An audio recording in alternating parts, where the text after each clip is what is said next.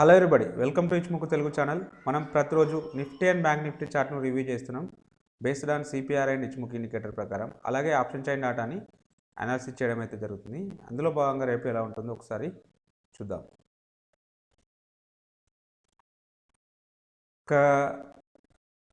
Russia Ukraine issues వల్ల market అనేది చాలా హెవీ గ్యాప్ డౌన్ తోటి అయితే ఓపెన్ కావడం జరిగింది. సో బిహైండ్ ద లెవెల్స్ కంప్లీట్గా సిపిఆర్కి సంబంధించిన S1, S2, S3, S4 కింద ట్రేడ్ అయితే కావడం జరిగింది. బట్ ఈ సందర్భంలో మార్కెట్కు దూరం ఉండడం అనేది అతను మంచి నిర్ణయం. బట్ ఇక్కడ మనం ఒక డిస్కషన్ చేసిన స్ట్రాటజీ ప్రకారం ఆపర్చునిటీ అయితే రావడం జరిగింది. ఎలిఫెంట్ క్యాండిల్ స్ట్రాటజీ అని చెప్పి మనం డిస్కషన్ చేయడం జరిగింది. సో ఎప్పుడైతే ఇలా బిగ్ క్యాండిల్ వచ్చినప్పుడు, అబ్నార్మల్ క్యాండిల్ వచ్చినప్పుడు ఫస్ట్ 5 minutes లోపల డెఫినెట్గా ఈ లెవెల్కి మళ్ళీ ఒకసారి వస్తుంది. వచ్చినప్పుడు మనం ఈ ఏరియాలో రివర్సల్ అప్ అంటే ఇక్కడ నుంచి మళ్ళీ వెనుకకు రావడానికి, అంటే ఈ లెవెల్ వరకు రావడానికి ఛాన్సెస్ ఉంటుందని చెప్పి సో మనం సెల్ సైడ్ అయితే వెళ్ళవచ్చు. బట్ ఇక్కడ మనం ఏదైతే ఎలిఫెంట్ క్యాండిల్ స్ట్రాటజీ ప్రకారం అయితే సో ఎగ్జాక్ట్గా ఈ హై వరకు అయితే రాలేదు. బట్ ఇక్కడ ఒకటి మనకు పైవట్ పాయింట్ ఉంది కాబట్టి ఈ పైవట్ పాయింట్ను మనం కన్సిడర్ చేయవచ్చు. జనరల్గా నేను ఆ ఎలిఫెంట్ క్యాండిల్ స్ట్రాటజీలో ఇలా దీనికి పైన స్లైడ్గా విక్స్ ఉంటే ఆ విక్స్ వరకు రావడానికి పాసిబిలిటీ ఉంటుందని చెప్పాము. ఇక్కడ మనకు ఎలాంటి విక్ లేదు. బట్ ఇక్కడ ఒకటి పైవట్ పాయింట్ ఉంది కాబట్టి మనం దీన్ని కన్సిడర్ చేయవచ్చు. అంటే ఇది ఈ క్యాండిల్కు హైకి దగ్గరలో ఉన్నది కాబట్టి సో మనం కన్సిడర్ అయితే చేయవచ్చు. సో కన్సిడర్ చేసినట్టయితే సో మన యొక్క ఎంట్రీ పాయింట్ అనేది ఇది అవుతుంది. సో స్టాప్ లాస్ అనేది ఇది అవుతుంది. సో ఇంత స్టాప్ లాస్ మనం బేర్ చేసినట్టయితే సో డెఫినెట్గా ఇంత రిస్క్గా ఇంత రివార్డ్కి అయితే అవకాశం ఉండేది. సో ఈ అంటే ఎలిఫెంట్ క్యాండిల్ స్ట్రాటజీ యూజ్ చేసినట్టయితే సో టార్గెట్ అయితే అచీవ్ కావడం అయితే జరిగింది.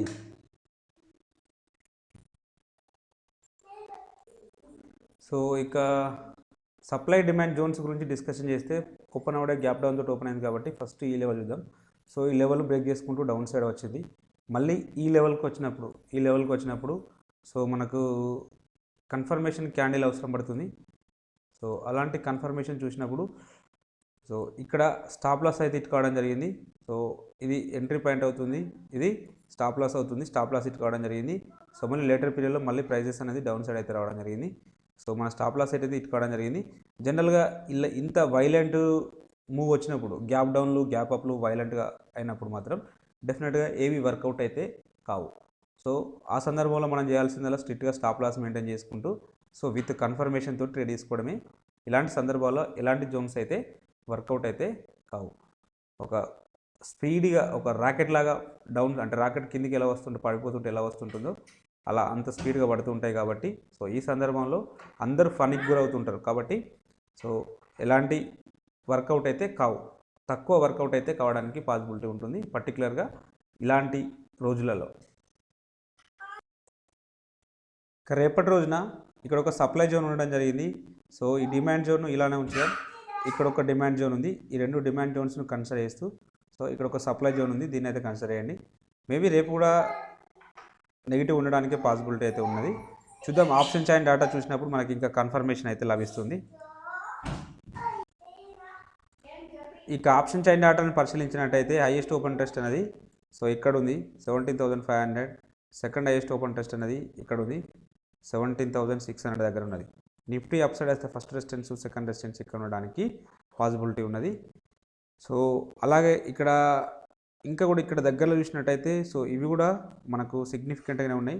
సో కాబట్టి వీటిని కూడా మనం కన్సిడర్ అయితే చేయవచ్చు. ఈ లెవెల్స్ సో 17,050 అండ్ 17,200 లెవెల్స్ అనేటివి కూడా మనం కన్సిడర్ అయితే చేయవచ్చు.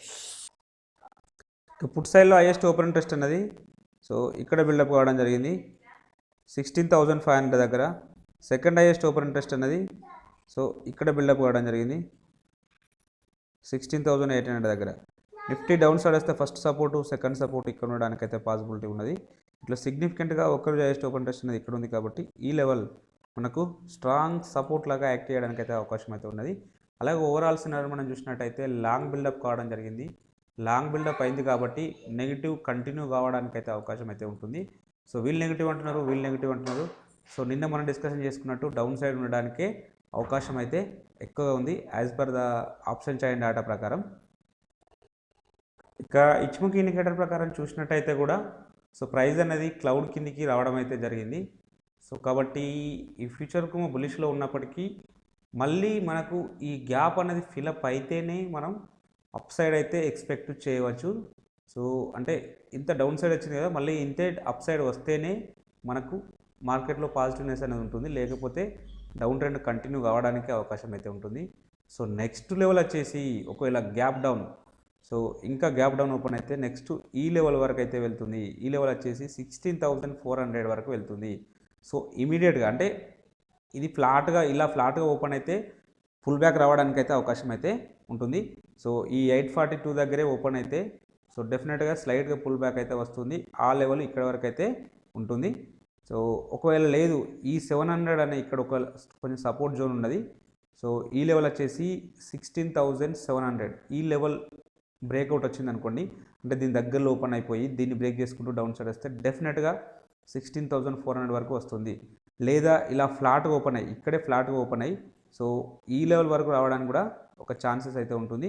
సో ఇలా వస్తే 700 దాకా రావడానికి అయితే ఛాన్స్గా ఉంటుంది. అది ఫ్లాట్గా ఓపెన్ అయితే 700 వరకు వచ్చి అక్కడ సపోర్ట్ తీసుకోవడానికి అయితే అవకాశం అయితే ఉంటుంది.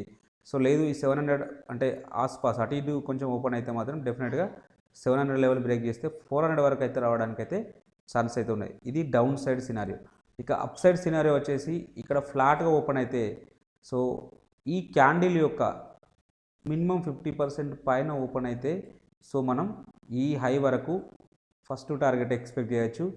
సో ఇంకా వెళ్తే ఈ మనకు క్లౌడ్ వరకు వెళ్ళడానికి ఛాన్స్ అయితే ఉంటుంది. సో అంతకంటే ఎక్కువగా వెళ్ళవు. అది కూడా ఒకవేళ గ్యాప్ అప్ అబోవ్ అంటే మోర్ దెన్ 50% ఈ క్యాండిల్ పైన ఓపెన్ అయితేనే అది సాధ్యమవుతుంది. లేకపోతే అది డెఫినెట్గా డౌన్ సైడ్ ఉండడానికి అవకాశం అయితే ఎక్కువగా ఉన్నది. సో మీరు ఫ్లాట్గా ఓపెన్ అయినంత మాత్రాన అప్ సైడ్ వెళ్ళాల్సిన అవసరం లేదు. మీరు సెల్ అండ్ రైజ్లో మీ వ్యూ అయితే ఉంచండి. డెఫినెట్గా అంటే మన వ్యూ పీఈ సైడ్ ఉంటే బెటర్. ఆ పీఈ కూడా మార్కెట్ అప్ సైడ్ వచ్చి ఏదైనా ఒక రివర్సల్ క్యాండిల్ కోసం వెయిట్ చేసి రివర్సల్ క్యాండిల్ అప్పుడు మనం పీఈ బై చేసినట్టయితే మనం డెఫినెట్గా ప్రాఫిట్లోనైతే ఉంటాం. ఇక అవర్లీ చార్ట్లో చూసినట్టయితే సో ప్రైస్ అనేది సేమ్ క్లౌడ్ కిందనే ట్రేడ్ అవుతుంది. సో ఇందులో ఇంకా హ్యూజ్ బేరిష్నెస్ అయితే షో చేస్తుంది. సో డౌన్ సైడ్లో ఇందాక చెప్పుకున్న లెవెల్స్ అయితే వర్కౌట్ అయితే సేమ్ ఎగ్జాక్ట్గా ఫస్ట్ లెవెల్ ఇక్కడ 700 ఉంటుంది, నెక్స్ట్ లెవెల్ వచ్చేసి 421 ఉంది. సో ఈ రెండు లెవెల్స్ టెస్ట్ చేయడానికి అయితే అవకాశం అయితే ఉంటుంది. 700 కింద ట్రేడ్ అయితే డెఫినెట్గా 421 వరకు అయితే రావడానికి ఛాన్సెస్ అయితే ఉన్నవి.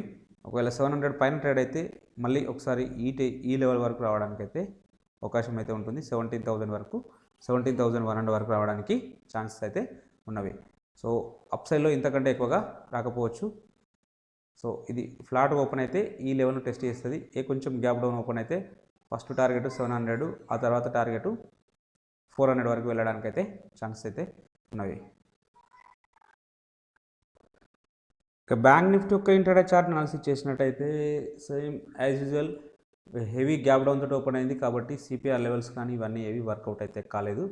సో మనం ఆ ఎలిఫెంట్ క్యాండిల్ స్ట్రాటజీ ప్రకారం డిస్కషన్ చేసినప్పటికీ సో ఈ లెవెల్కి వస్తే మనకు సెల్లింగ్ కెపాసిటీ వచ్చేది. బట్ ఇక్కడ ఒకటి ఇనిషియేట్ చేయడానికి ఒక అవకాశం ఏంటంటే ఎప్పుడు కానీ బ్యాంక్ నిఫ్టీలో ట్రేడ్ చేస్తున్నప్పటికీ మీరు నిఫ్టీ చార్ట్ను కూడా ఫాలో అయితే బెటర్ రిజల్ట్స్ ఉంటాయి. ఎందుకంటే నిఫ్టీలో ఎగ్జాక్ట్ ఇదే దగ్గర మనకు రివర్సల్ రావడం అయితే జరిగింది. ఎందుకంటే అక్కడ అప్పుడు ఇక్కడ S4 ఉండడం జరిగింది, ప్లస్ అంటే ఫస్ట్ క్యాండిల్ యొక్క హైకి దగ్గరలో ఉండడం జరిగింది. కాబట్టి అక్కడ వర్కౌట్ అంటే మనకు పర్ఫెక్ట్గా వర్కౌట్ అయింది. బట్ మనం సేమ్ అదే టైంలో బ్యాంక్ నిఫ్టీని కూడా వాచ్ చేసినట్టయితే ఎగ్జాక్ట్గా ఇక్కడ నుంచి రివర్సల్ కావడం జరిగింది. బట్ దీనికి లొకేషన్ లేకున్నప్పటికీ సో మనకు నిఫ్టీలో రివర్సల్ వస్తుంటే బ్యాంక్ నిఫ్టీలో కూడా రావడానికి అవకాశం అయితే ఉంటుంది. With tight stop loss maintain చేసినట్టయితే జస్ట్ సింపుల్గా ఇది ఎంట్రీ పాయింట్ అవుతుంది, స్టాప్ లాస్ అనేది దీనికి హైన్ అవుతుంది. సో మనం ట్రేడ్ ఇనిషియేట్ చేసినట్టయితే డెఫినెట్గా మోర్ దెన్ అంటే ఇక్కడ వరకు అయితే డెఫినెట్గా వస్తుంది. సో బిహైండ్ దీస్ లెవెల్స్ ఎవరు చెప్పలేం, బట్ ఈ లెవెల్ వరకు రావడానికి ఛాన్సెస్ ఉంటుంది. కాబట్టి సో అది మోర్ దెన్ 1:2 టైమ్స్ పైన ఉండడం అయితే జరిగింది. బట్ ఇది ఆ రెండు చార్ట్స్ ఫాలో అవుతూనే ఈ ట్రేడ్ అయితే ఇనిషియేట్ చేస్తాం. బట్ సింగిల్గా ఈ ఒక బ్యాంక్ నిఫ్టీని ఫాలో అయితే మాత్రం డెఫినెట్గా మనకి ఇక్కడ ట్రేడ్ ఆపర్చునిటీ అయితే లభించదు. సో కాబట్టి మీరు బ్యాంక్ నిఫ్టీలో ట్రేడ్ చేస్తున్నప్పటికీ నిఫ్టీని కూడా ఫాలో అయితే బెటర్ రిజల్ట్స్ అయితే ఉంటవి. సో ఈరోజు అయితే సిపిఆర్ ప్రకారం నో ట్రేడ్. ఈవెన్ అంటే ఈ మన ఎలిఫెంట్ క్యాండిల్ స్ట్రాటజీ ప్రకారం కూడా ట్రేడ్ అయితే ఆపర్చునిటీ లభించలేదు. బట్ నిఫ్టీని ఫాలో అవుతే బ్యాంక్ నిఫ్టీలో ఒక ఆపర్చునిటీ అయితే లభించింది. సో సప్లై డిమాండ్ జోన్స్ కూడా ఏవి వర్కౌట్ అయితే కాలేవు. రేపటి రోజున ఇక్కడ ఒక సప్లై జోన్ ఉంది, దీన్ని కన్సిడర్ చేయండి. ఇక్కడ ఒక డిమాండ్ జోన్ ఉంది, దీన్ని కూడా కన్సిడర్ చేయండి. సో ఈ జోన్స్కి వచ్చినప్పుడు ప్రైజెస్ అనేవి విత్ కన్ఫర్మేషన్ క్యాండిల్ తోటి ట్రేడ్ అయితే ఇనిషియేట్ చేద్దాం.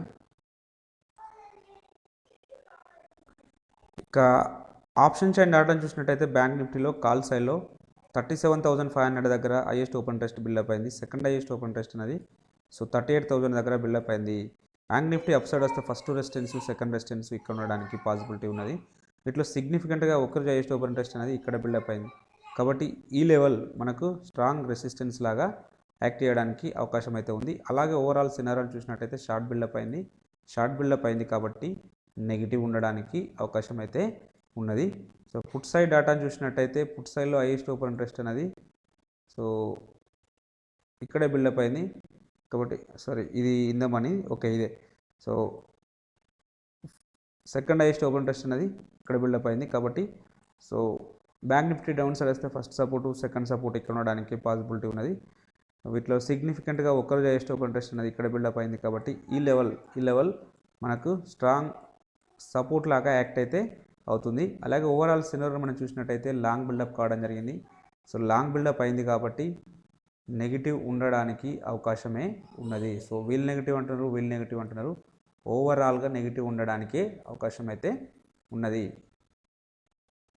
ఇక ఇచ్చుముఖి ఇండికేటర్ ప్రకారం చూసినట్టయితే ప్రైస్ అనేది విత్ ఇన్ ద కుమ్మలో ఉండడం జరిగింది. సో అది న్యూట్రల్గా ఉండడానికి అవకాశం అయితే ఉంటుంది. సో ఆప్షన్ చైన్ డేటా ప్రకారం నెగిటివ్ అయితే ఉన్నది. సో మేబీ రేపు ఇంకొక గ్యాప్ డౌన్ ఎక్స్పెక్ట్ అయితే మనం చేయవచ్చు. సో అలా గ్యాప్ డౌన్ ఎక్స్పెక్ట్ చేస్తే నెక్స్ట్ లెవెల్ మళ్ళీ మనకు ఇక్కడ వరకు రావడానికి అయితే ఛాన్సెస్ అయితే ఉంటుంది. సో ఈ లెవెల్ వచ్చేసి ఎగ్జాక్ట్ లెవెల్ వచ్చేసి సో 36,160 వరకు రావడానికైతే అవకాశం అయితే ఉన్నది. సో ఇది ఫస్ట్ లెవెల్. ఇన్ కేస్ ఇది బ్రేక్అవుట్ వస్తే ఇక్కడ వరకు రావడానికి అవకాశం అయితే ఉంటుంది. ఈ లెవెల్ వచ్చేసి 35,376 వరకు రావడానికి అయితే అవకాశం అయితే ఉన్నది. సో ఒకవేళ ఏమాత్రం గ్యాప్ డౌన్ ఓపెన్ అయినా ఫస్ట్ టార్గెట్ ఇది, సెకండ్ టార్గెట్ ఇది గ్యాప్ డౌన్ సినారియో. ఒకవేళ ఫ్లాట్గా ఓపెన్ అయితే స్లైట్గా పుల్ బ్యాక్ వస్తుంది. ఈ స్లైట్గా పుల్ బ్యాక్ అనేది సో ఇక్కడ వరకు రావడానికి పాసిబిలిటీ ఉంటుంది. ఈ లెవెల్ వచ్చేసి స్లైట్గా గ్యాప్ అప్ కానీ ఫుల్ అంటే ఫ్లాట్గా ఓపెన్ అయితే 37,500 వరకు వెళ్ళడానికి ఛాన్సెస్ అయితే ఉన్నవి. ఇంకా వెళ్తే మ్యాక్సిమం ఇంతకంటే ఎక్కువగా వెళ్ళకపోవచ్చు. అంటే ఈ లెవెల్ వచ్చేసి ఎగ్జాక్ట్ లెవెల్ వచ్చేసి 37,900 వరకు వెళ్తుంది.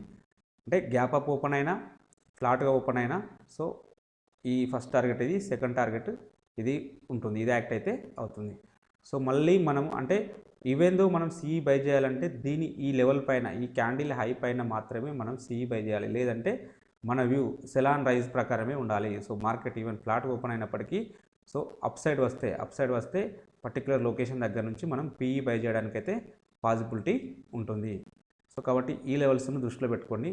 ఇక అవర్లో చూసినట్లయితే కంప్లీట్గా మనకు బేరిష్నెస్ షో చేస్తుంది కాబట్టి డౌన్ ట్రెండ్ ఉండడానికి అవకాశం అయితే ఉంటుంది. సో ఈ లెవెల్ అంటే 36,440 లెవెల్ బ్రేక్అవుట్ వస్తే ఖచ్చితంగా ఈ లెవెల్ వరకు అయితే వస్తుంది. అంటే 35,600 వరకు వస్తుంది. సో ఈ లెవెల్ వరకు మనం ఎలాంటిది అంటే బై చేయొద్దు. అంటే సిఈ కానీ పిఈ కానీ ఈ లెవెల్ బ్రేక్అవుట్ వస్తే సో ఈ లెవెల్ కింద మనం ట్రేడ్ చేసుకుంటే డెఫినెట్గా ఇక్కడ వరకు అయితే మనం ఎక్స్పెక్ట్ చేయవచ్చు. సో ఈ లెవెల్ వరకు మళ్ళీ ఖచ్చితంగా వస్తుంది. గ్యాప్ డౌన్ ఓపెన్ అయినా ఈ లెవెల్ బ్రేక్అవుట్ వచ్చినా సో డెఫినెట్గా ఈ లెవెల్స్ డౌన్ సైడ్ అయితే వస్తుంది. ఇక అప్ సైడ్ వచ్చేసి ఫ్లాట్గా ఓపెన్ అయిపోయి లేదంటే ఇక్కడ సపోర్ట్ తీసుకుంటే నెక్స్ట్ ఫస్ట్ లెవెల్ ఇది ఒక్కసారి టెస్ట్ చేస్తుంది. ఈ లెవెల్ వరకు వస్తుంది.